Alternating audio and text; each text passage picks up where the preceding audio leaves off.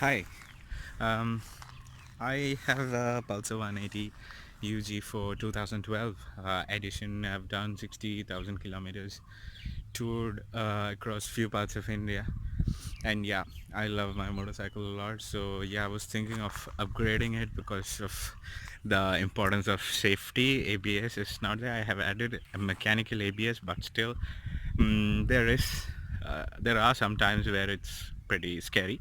So yeah, I was thinking of an upgrade and thought of the Dominar, but I couldn't get it for a test drive for more distance. I wanted to know the motorcycle more, so thought of renting it out for one day. And yeah, here I got uh, the Dominar. I'm not sure if yes. Okay, so this is the motorcycle which I took on rent for a day. So it's been with me since yesterday afternoon. So I've done about 150 kilometers in the city, in the streets, and well off-road as well. So this is a place with no roads and pretty steep climbs. It's done really well there. Now let's just take a look at the vehicle. There have been numerous videos about the looks of the vehicle, so I'm not going into much details. I just wanted to show you that this is a blue color Dominar, new one to be. It's around 2000 plus, that if you're not 2240 kilometers on the odo. It's a new run-in motor vehicle, so it's really good with the performance. And as a Pulsar 180 user, I'm Pulsar 180 UG4, that's 2012 version. So the long single piece handlebar is a whole difference for me, because I've been using the Pulsar for almost 5 years right now. I've done long trips, so quite used to the split handle. Now this one is actually it's good for I believe for the long highway runs, but I'm not sure how it's. I mean, I'm not confident with the long bar on the city or street rides.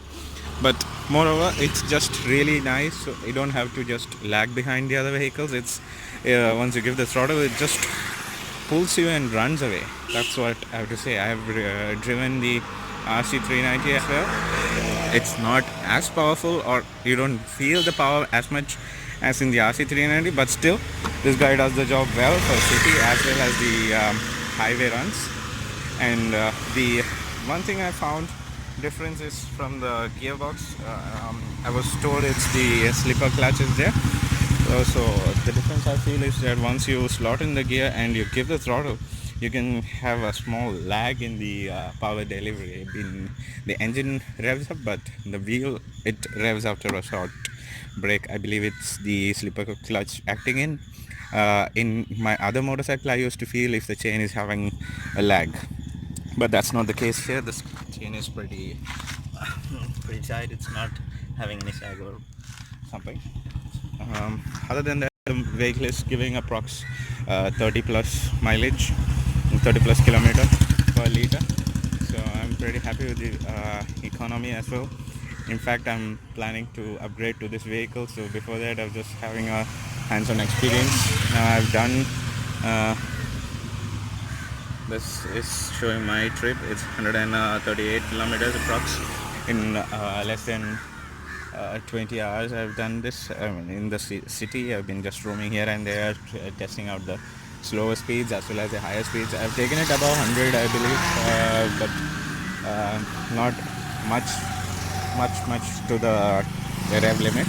I've driven like a normal, how I drive my normal motorcycle. I mean, the Pulsar 180, that's what I meant. So it's not a very sporty motorcycle, but still you can use it for your daily use as well as take it for your long runs. It's going to be a lot of fun. It's a fun motorcycle to be with. So yeah, I would suggest this as a very good upgrade for those of all who are using the Pulsar 150, 180, 135, 200, all those smaller Pulsars, as well as those who are using the FC or the other motorcycles like Honda Unicorn, all those vehicles. This is a good upgrade. And the ABS I've just hit it once when a random person took, a motorcyclist took a turn randomly, and I had less time to react. If I was on the other motorcycle, perhaps I would have swerved myself and gone, because I couldn't have the trust on this brakes. So in this one, I hit the back brakes and the front brakes together, and the vehicle stopped perfectly. Um, I don't know if the ABS came into effect, but yeah, I could feel the brakes shivering a little bit. Only at that moment, I believe that's the brake ABS coming into effect. So that's it. That's it, guys. So everyone who have thought that Bajaj is a low quality, or Bajaj is not having very high-end products, this is the game changer. Well, I have used Pulsar 180, and made, I have made my own hacks to make it really comfortable in using. I use gear oil for the chain lubrication, and the gear shifts and clutch is much easy. But here you can see it's the slipper clutch, that's what they say, but still the clutch is very light, and the gear shifts are also pretty smooth, and the drive is pretty awesome. So I have driven the CBR 250R, the Royal Enfield, the Classic 350, Classic 500, Bullet 500, Bullet 350 as well. So this is coming from me, guys. I, in my personal opinion, would suggest you go for the upgrade.